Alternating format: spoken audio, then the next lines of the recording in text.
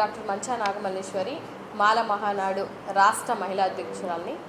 అదేవిధంగా నాతో పాటు కూర్చున్నటువంటి మాల మహానాడు సభ్యురాలకి నేను పిలవగానే ఇన్ టైంకి వచ్చి ప్రతిసారి మాకు అండగా నిలిచినటువంటి మీడియా మిత్రులందరికీ నా ప్రత్యేక ధన్యవాదములు తెలియజేస్తున్నాను. ఇవాళ ఎలక్షన్ ఫైర్ అంతా రాష్ట్రమంతా స్టార్ట్ అయింది కాబట్టి ప్రతి ఒక్క నాయకుడికి, ప్రతి ఒక్క రాజకీయ పార్టీకి దళితుల మీద ఎలలేని ప్రేమ వస్తుంది. అది 4.5 సంవత్సరాల్లో ఎవరికి రాదు, కానీ చివరి 3 నెలల్లో దళితుల మీద చూపిస్తున్నటువంటి ప్రేమ చూస్తుంటే మాత్రం ఎంత కపట రాజకీయాలు చేస్తున్నారు అని అనేది మాత్రం క్లియర్గా తెలిసిపోతుంది. ఏ విధంగా అయితే ఈ రాజకీయాలు పన్నుతున్నటువంటి కుట్రలు, దళితుల మీద చూపిస్తున్నటువంటి కపట ప్రేమలు ఇవేవి నమ్మే పరిస్థితిలో దళితులైతే లేరని ఈ సందర్భంగా తెలియజేస్తున్నాను. గతంలో 2014 నుంచి 19 వరకు ఎన్నో బూటకు మాటలు చెప్తూ దళితులకి ఎంతో చేస్తానని చెప్పినటువంటి నాయకులు పటాపంచలైపోయి భూస్థాపితమైపోయినటువంటి సిచ్యువేషన్ని మనం చూసాం. ఎందుకంటే 29 దళిత నియోజకవర్గాలు ఉన్నటువంటి ఈ రాష్ట్రంలో ఒక్క సీటు మాత్రమే గెలుచుకునే స్థితికి టీడీపీ పార్టీని పాతాళంలోకి తొక్కినటువంటి చరిత్ర దళితులది. ఏ రోజైనా ఏనాడైనా పార్టీలో రాజకీయంలో విలువలు లేనటువంటి రాజకీయాలు తీసుకొచ్చిన ఏ పార్టీకైనా కూడా నామరూపాలు లేకుండా చేసినటువంటి పరిస్థితి ఇవాళ. ఎందుకనంటే చంద్రబాబు నాయుడు గారు దళిత ద్రోహి. ఇది గతంలో ఆయనకిచ్చిన రిజల్ట్ను బట్టే నేను ప్రత్యేకించి చెప్పక్కర్లేదు, అందరికీ తెలిసినటువంటి విషయం. ఎస్సీలు కానీ ఎస్టీలు కానీ, ఎస్టీలు 7 నియోజకవర్గాలు ఉంటే 7 నియోజకవర్గాల్లో ఓడించారు. ఎస్సీలు 29 ఉంటే 28 స్థానాల్లో వాళ్ళని ఓడించినటువంటి పరిస్థితి. నేనేం చెప్తున్నాను అని అంటే, మాలో మాకు అన్నదమ్ముల్లా ఉన్నటువంటి మాకు విభజన వర్గీకరణ అనే మాటలు తీసుకొని వచ్చి ఎలక్షన్ టైంలో మాత్రమే మమ్మల్ని గుర్తు చేసుకుంటున్న నాయకులందరికీ ఈ సభాముఖంగా తెలియజేస్తున్నాను. ఖబర్దార్, ఏ నాయకుడైనా సరే దళితులకి చేత కాదు, దళితులకి రాజకీయాలు ఎందుకు, దళితులు చట్టసభల్లో మాట్లాడే అవకాశం కల్పించలేను అని మాట్లాడుతున్న ఆలోచన విధానంతో ఉన్న ఏ నాయకుడికైనా సరే గతంలో చరిత్ర చూసుకున్నట్లయితే పార్టీల పరిస్థితి ఏమయ్యాయి, ఎలాంటి గతి పట్టిందనేది ఒకసారి ఆలోచించుకోవాలి.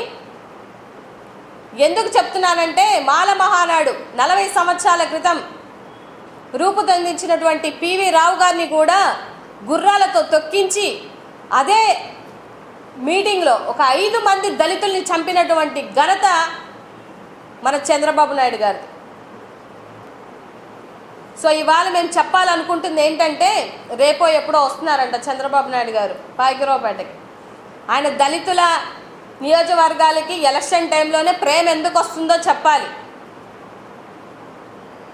మీరు దళితుగా పుట్టాలి అని అనుకోలేనటువంటి వ్యక్తికి దళితుల్లో వచ్చి దళితుల్ని ఏమని అడుగుతారు మీరు?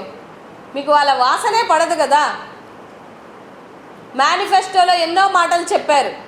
మేనిఫెస్టోలో చెప్పినట్టు మాటలు నాకు తెలిసి ఈ 40 సంవత్సరాల చరిత్ర అని చెప్పుకున్నటువంటి వ్యక్తి మేనిఫెస్టోని మాయం చేశారు. ఇది నాకు తెలిసి అయితే ఎక్కడా జరగలేదు. మరి ఇది ఇంకా ఆయనకే చెందింది. మేనిఫెస్టోలను కూడా మాయం చేశారు. ఇవాళ ఎన్నో మాటలు మాట్లాడతారు. ఇవాళ ఒక మాట, రేపు ఒక మాట, వాళ్ళ మాటని వాళ్ళే బ్రేక్ చేసుకుంటున్నారు.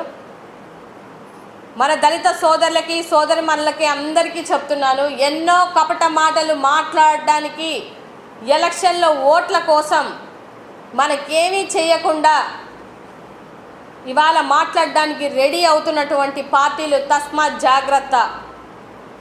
డెఫినెట్గా ఆ ఆలోచన విధానంతో లేకపోతే అదే ధోరణితో ఉన్నట్లయితే మేమైతే సమాధానం చెప్తాం 2024లో. ఎందుకంటే మా ఓటింగ్లు ఎంత ఉన్నాయి, మా ఓటింగ్ పర్సంటేజీలు ఎంత ఉన్నాయి, మా దళిత ఓట్లు ఏ విధంగా కావాలి, ఏ విధంగా కళ్ళబొల్లి మాటలు చెప్పి తెచ్చుకోవాలో చంద్రబాబు నాయుడు గారికి చాలా బాగా తెలుసు.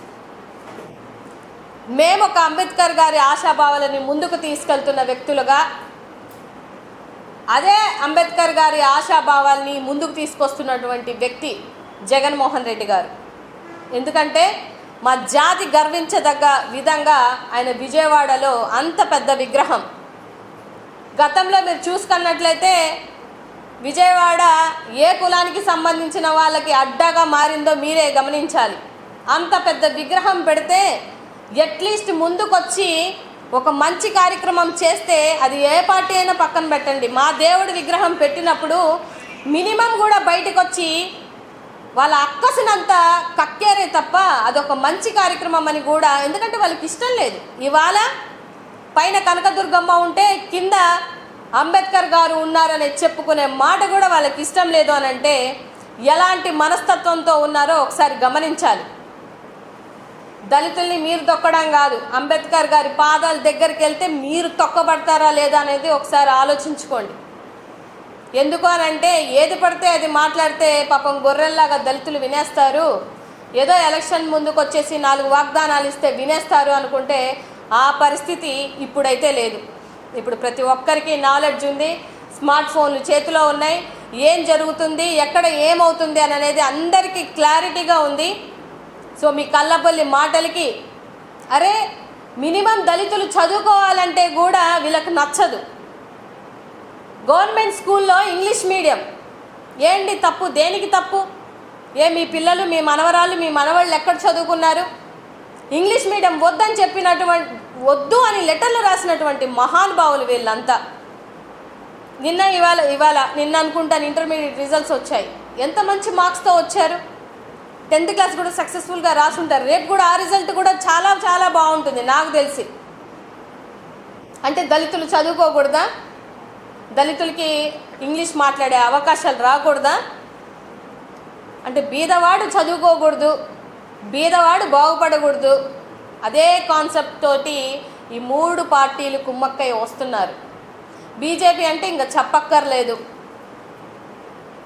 వాళ్ళకి క్రిస్టియన్లన్నా ముస్లిమ్స్ అన్నా దళితులన్నా వాళ్ళకి ఏదో పాము పరిగెత్తినట్టే ఉంటుంది. అలాంటి వ్యక్తులు వీళ్ళందరూ.